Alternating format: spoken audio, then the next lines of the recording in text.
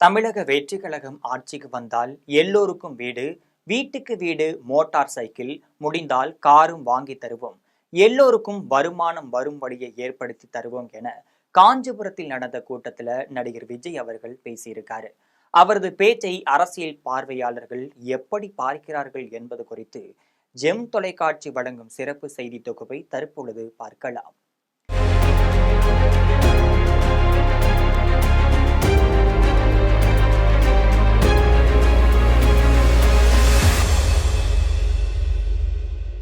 கரூர் துயர சம்பவத்திற்கு பிறகு ஒரு வழியாக காஞ்சிபுரத்துல தமிழக வெற்றி கழக தலைவர் விஜய் மக்களை சந்திச்சு பேசியிருக்காரு. இந்த கூட்டத்துல அவர் என்ன சொல்லியிருக்காருன்னு பாத்தீங்கன்னா, வரக்கூடிய 2026ஆம் ஆண்டு சட்டமன்ற தேர்தல்ல தமிழக வெற்றி கழகம் வெளியிடக்கூடிய தேர்தல் அறிக்கை தொடர்பாகவும் சில தகவலையும் சொல்லியிருக்காரு. தமிழக வெற்றி கழகத்தின் தேர்தல் அறிக்கை தயாராகி கொண்டிருக்கிறது. அதன் முழுமையான விவரங்கள் உங்களுக்கு வெளிப்படும். தற்பொழுது ஒரு சில தகவலை உங்களுக்கு தெரிவிக்கிறேன் என்று சொல்லி நடிகர் விஜய் தமிழக வெற்றி கழகம் நிச்சயமாக ஆட்சிக்கு வரப்போகிறது.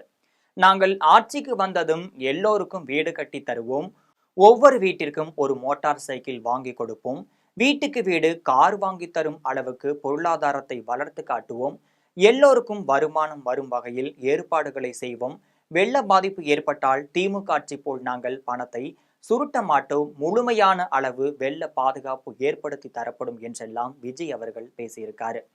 தேர்தல் வாக்குறுதிகள் என்பது வாக்குகளை பெற்று ஆட்சியை பிடிப்பதற்காக மட்டுமே தமிழகத்துல அரசியல் கட்சிகள் நீண்ட காலமாக பயன்படுத்திட்டு இருக்காங்க.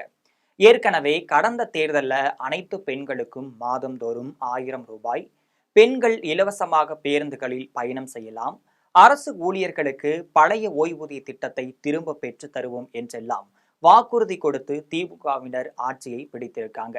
தனிப்பட்ட முறையில எங்களுக்கும் அவங்களுக்கும் எந்த பிரச்சனையும் கிடையாதுங்க. எந்த வாய்க்கா வரப்பு தகராறுலாம் எதுவுமே கிடையாதுங்க. அப்படியே இருந்தாலும் அது நம்ம கண்டுக்கவே போறது இல்லைங்க.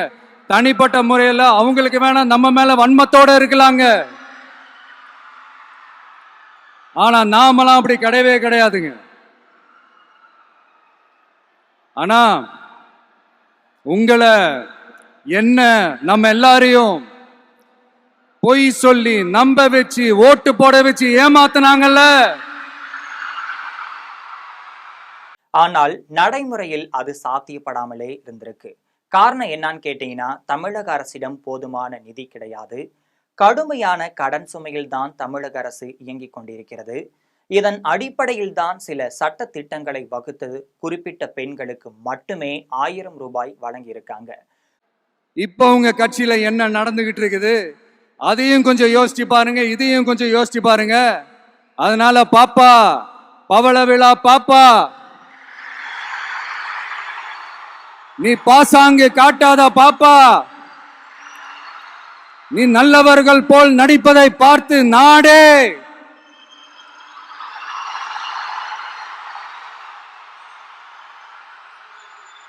குறிப்பிட்ட சில பேருந்துகளில் மட்டும் பெண்களுக்கு இலவச பஸ் வசதி செய்து தந்தார்கள். கிட்டத்தட்ட பழைய ஓய்வூதிய திட்டத்தை அமல்படுத்த முடியாத சூழ்நிலை இருந்துட்டு இருக்கு. இப்படிப்பட்ட நிலையில தான் அரசியல் அனுபவம் எதுவுமே இல்லாத விஜய் அவர்கள் தனது மனதிற்குள் என்ன தோன்றியதோ அதையெல்லாம் பேசிட்டு இருக்காரு. அவரை பொறுத்த வரையில மக்களுக்கு நிறைய நல்லது செய்ய வேண்டும் என்று ஆசைப்பட்டுட்டு இருக்காரு. எல்லோருக்கும் வீடு கட்டி தர வேண்டும், மோட்டார் சைக்கிள் கொடுக்க வேண்டும், கார் வாங்கி தர வேண்டும், எல்லோரும் நன்றாக சம்பாதிக்க வேண்டும், இதையெல்லாம் அவரது ஆசைகள். எனவே அந்த ஆசைகள் குறை சொல்ல முடியாத அளவிற்கு இருக்கிறது. ஆனால் நடைமுறையில் அது சாத்தியமா என்றால் கேட்டால் 100க்கு 200% சாத்தியம் இல்லை என்கிறார்கள் அரசியல் பார்வையாளர்கள். தற்போதைய சூழ்நிலையில் தமிழக அரசு 9 லட்சம் கோடி கடன் சுமையில் இருந்துட்டு இருக்கு. இந்த கடனுக்காக பல கோடி ரூபாய்கள் மாதாந்திர வட்டியாக கட்டிட்டு இருக்காங்க. டெல்லி பாஜக மேலிடத்திற்கும் திமுகவிற்கும் மோதல் சூழ்நிலைகள் இருப்பதால் டெல்லியிலிருந்து போதிய நிதி உதவியும் தரப்படுவது கிடையாது. இப்படிப்பட்ட சூழ்நிலையில தான் நடிகர் விஜய் போல் மு.க. ஸ்டாலினுக்கும் எடப்பாடி பழனிசாமிக்கும் சீமானுக்கும் ஆசைகள் இருக்கலாம். ஆனால் நடைமுறையில் இதை எப்படி செயல்படுத்த முடியும்? அனைவருக்கும் வீடு கட்ட வேண்டும் என்றால் தற்போதைய சூழ்நிலையில பல லட்சம் ஏக்கர் அளவில் நிலங்கள் தேவைப்படும். ஏற்கனவே ரியல் எஸ்டேட் நிறுவனங்கள் நகர பகுதிகளை தாண்டியும் கிராம பகுதி வரை இடங்களை வளைத்து போட்டிருக்காங்க. இதற்கு மேல் வீடு கட்ட வேண்டும் என்றால் தமிழ்நாடு முழுவதும் இருக்கக்கூடிய விவசாய நிலங்களை தான் அளிக்க வேண்டும். அப்படி நிலங்களை வாங்குவதற்கு முன்னெடுக்கும் பொழுது எத்தனை விவசாயிகளுக்கு போதிய பணம் கிடைக்கும், எத்தனை விவசாயிகள் தங்கள் நிலத்தை விற்க முன் வருவார்கள் என்றெல்லாம் ஏராளமான கேள்விகள் எழுந்துட்டு இருக்கு.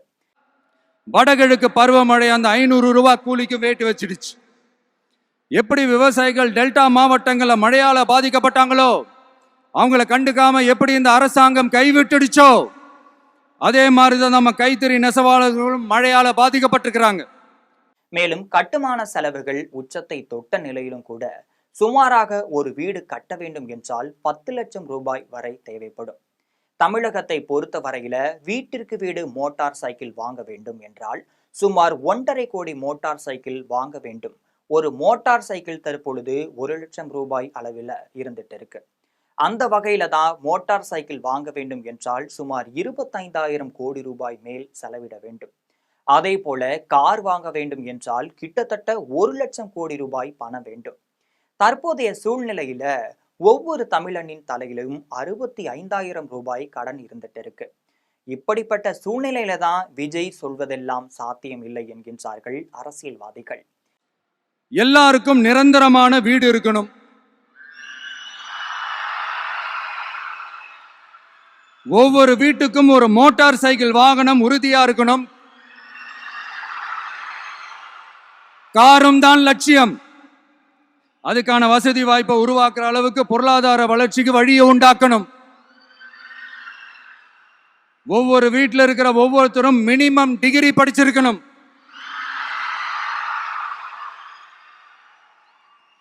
ஒவ்வொரு வீட்லயும் குறைந்தபட்சம் ஒருத்தருக்கு நிரந்தர வருமானம் கிடைக்கணும்.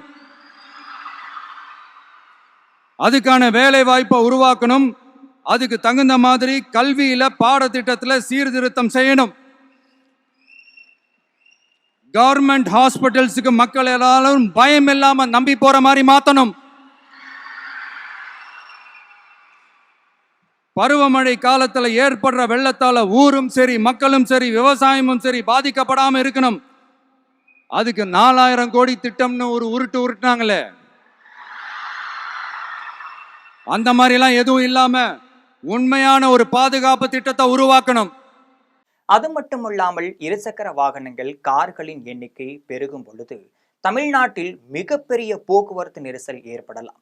எனவே தமிழ்நாடு முழுவதுமே சாலைகளை அகலப்படுத்த வேண்டிய ஒரு கட்டாயமானது ஏற்படும். இப்போது இருக்கும் சூழ்நிலையிலேயே போக்குவரத்து நெரிசல் என்பது உச்சகட்டமாக இருக்கும் பட்சத்துல தான் வீட்டுக்கு வீடு கார் வாங்கினால் அனைத்து கார்களும் பார்க்கிங் செய்வது எப்படி, சாலைகளில் பயணிப்பது எப்படி என்றெல்லாம் கேள்விகள் எழுந்துட்டு இருக்கு. இதற்கெல்லாம் உச்சகட்டமாக பாரதிய ஜனதா கட்சியுடன் அவர் மோதல் போக்கை கடைபிடிக்கும் பொழுது தேவையான நிதியை எப்படி திமுக அரசிற்கு தரவில்லையோ அதே போல்தான் விஜயின் அரசாங்கத்திற்கும் மேலிடத்திற்கும் கிடைப்பதற்கான வாய்ப்பு என்பது இல்லாம இருக்கு.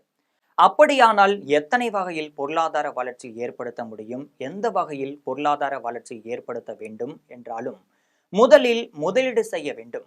முதலீடு செய்வதற்கான பணம் எங்கு இருக்கிறது? தற்போதைய இருக்கின்ற பொருளாதார வளர்ச்சியை காட்டி உச்சகட்ட அளவுல கடன் பெற்று விடுவார்கள்.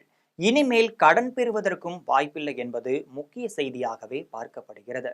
இந்தியா முழுவதுமே தற்பொழுது தேர்தல் வாக்குறுதிகள் என்பது தங்கள் மனதுக்கு வந்த வார்த்தைகளை எல்லாம் டைப்பிங் செய்து அறிவிப்பார்கள்.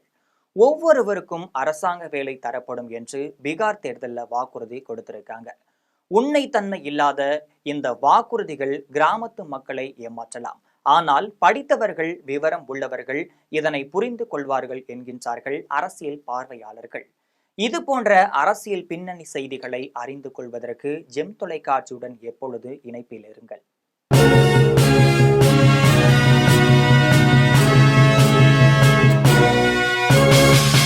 உடனுக்குடன் அப்டேட் தெரிந்து கொள்ள ஜெம் டிவி தமிழ் ஆப்பை இன்ஸ்டால் செய்யவும்.